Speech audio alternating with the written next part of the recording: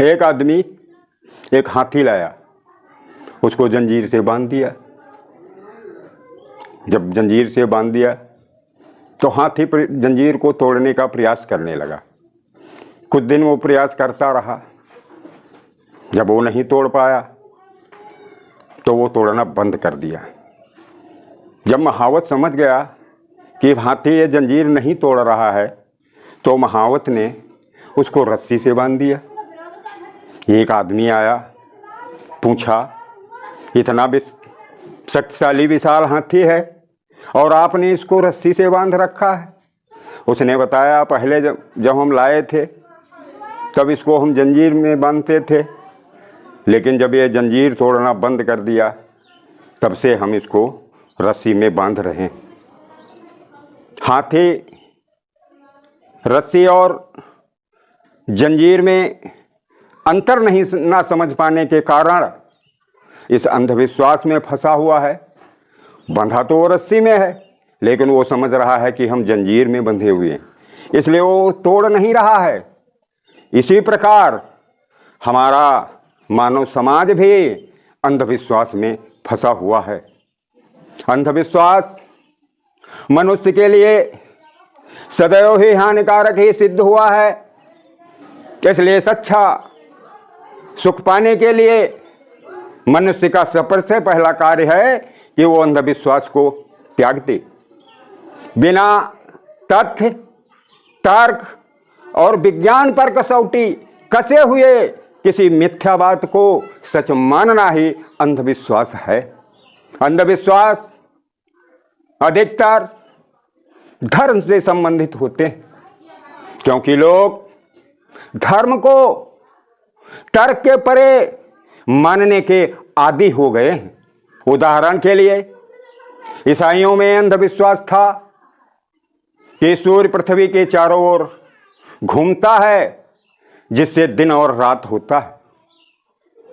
ईसाइयों के परम वैज्ञानिक गैलीलियो को इसी अंधविश्वास के विरुद्ध यह सच कहने पर फांसी दे दी गई थी कि सूर्य पृथ्वी के चारों तरफ न घूमकर बल्कि पृथ्वी सूर्य के चारों ओर घूमती। गैलीलियो के फांसी के बाद वहां के अन्य वैज्ञानिकों ने यह सिद्ध किया कि पृथ्वी ही सूर्य के चारों तरफ घूमती है। ईसाइयों ने तो यह अंधविश्वास छोड़ दिया, लेकिन हिंदू धर्म में यह अंधविश्वास आज भी कायम है।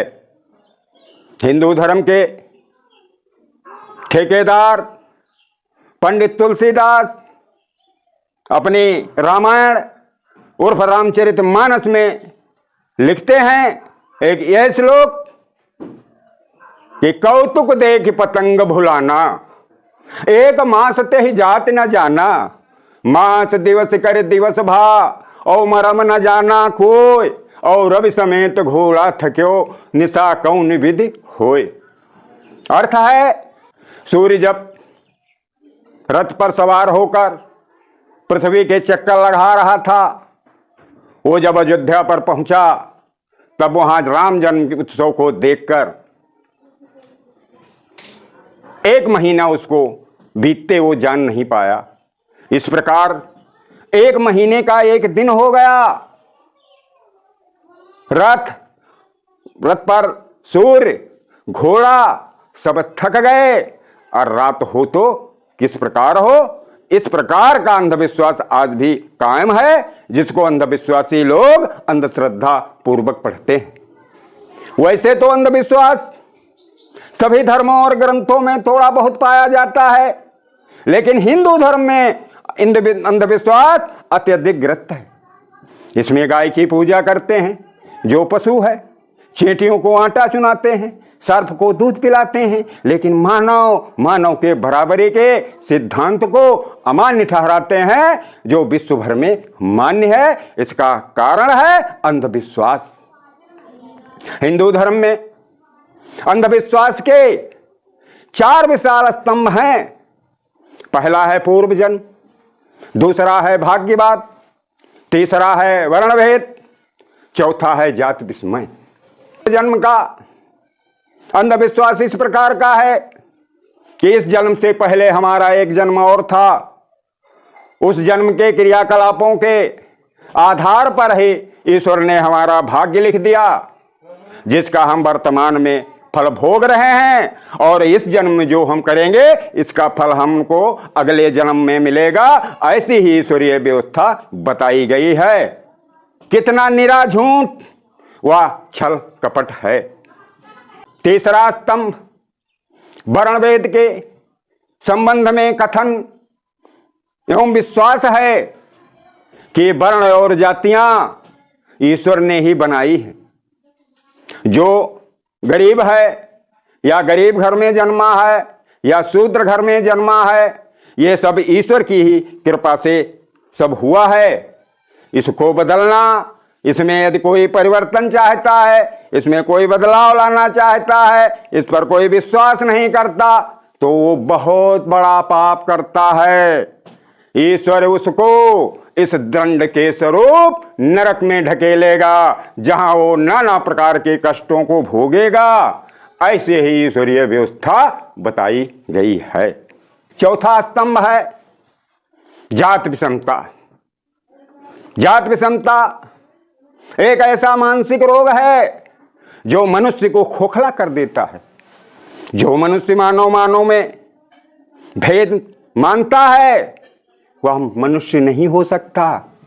वास्तव में जातियां तो जानवरों में होती हैं, पशुओं में होती हैं, जिनकी आकृति को देखकर जाना जा सकता है कौन शेर है, कौन गीदड़ है, कौन गाय है, कोई भैंस है।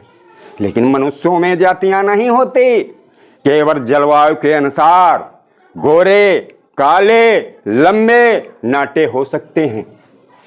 कुछ स्वार्थी तत्वों ने जाति अपने फायदे के लिए बनाई है, जो पूरे देश को निरंतर हानि पहुंचा रही है।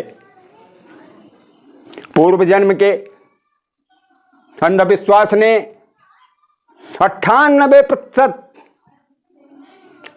हिंदू, पिछड़ी जात, ओबीसी के लोग अपने को ब्राह्मण से नीच समझकर अपना सम्मान खो देते हैं। अकेले इस अंधविश्वास ने 90% दलितों को स्वाभिमानहीन बना दिया है, और कोई भी स्वाभिमान को उन्नत नहीं कर सकते। यह वैज्ञानिक सत्य है। पूर्व जन्म को मानने से व्यक्ति अगले और पिछले जन्मों के चक्कर में पड़े रहने के कारण तांत्रिक, पुरोहित और पंडा पुजारियों का शिकार होता है, और वर्तमान जिंदगी ठीक से जीने का मजा खो बैठता है। अंधविश्वास व्यक्ति की अपनी सोच है, अपनी उत्पत्ति है, यह मनगढ़ंत विश्वास है जिसका कोई वैज्ञानिक और वास्तविक आधार नहीं है। अंधविश्वास का मतलब आंख मूंद पाकर किसी बात पर विश्वास कर लेना। अंधविश्वास से व्यक्ति अपनी विवेक बुद्धि को भूलकर, छोड़कर, वैज्ञानिक चिंतन छोड़कर झूठे लोगों पर की बातों पर विश्वास करता है, जो पहले से लोगों द्वारा समाज में प्रतिपादित की गई हैं।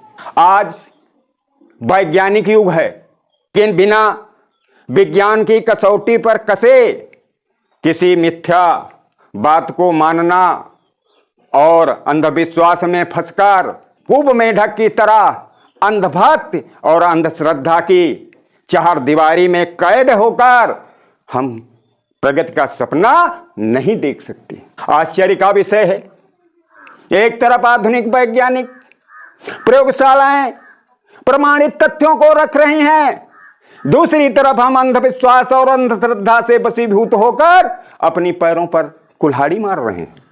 ये सब हमारे और आपके दिमाग की उपज है और कुछ स्वार्थी लोगों की देन है।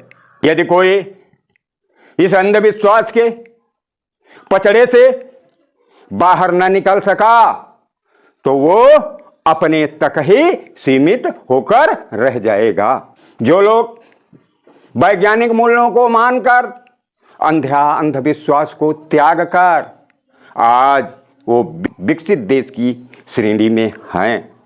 जागिए, सोचिए, सभी भारतवासियों जो आए दिन इस अंधविश्वास से पीड़ित होते रहते हो, शोषित होते रहते हो और अपमानित होते रहते हो, और इस अंधविश्वास से चिपके रहने की सीख उन्हीं लोगों से लेते रहते हो जो हमें कदम कदम पर अपमानित करते हैं, हमारा शोषण करते हैं, और इस तरह से शोषण करते हैं कि हम उनके शोषण व अपमान को अपने ऊपर सहसान मानते हैं, हम उफ नहीं करते। हकीकत यह है कि हम अभी अपने विवेक बुद्धि का प्रयोग नहीं कर रहे हैं। जिस दिन हमारी विवेक बुद्धि जागेगी, हमारा शोषण अपमान उसी दिन समाप्त होगा जब हम अपनी विवेक बुद्धि से अंधविश्वास का खात्मा कर देंगे। मित्रों, मैं अब यहीं पर अपनी वार्ता को विराम देता हूं। जय भीम, जय भारत, जय संविधान। अगले वीडियो में फिर मिलेंगे।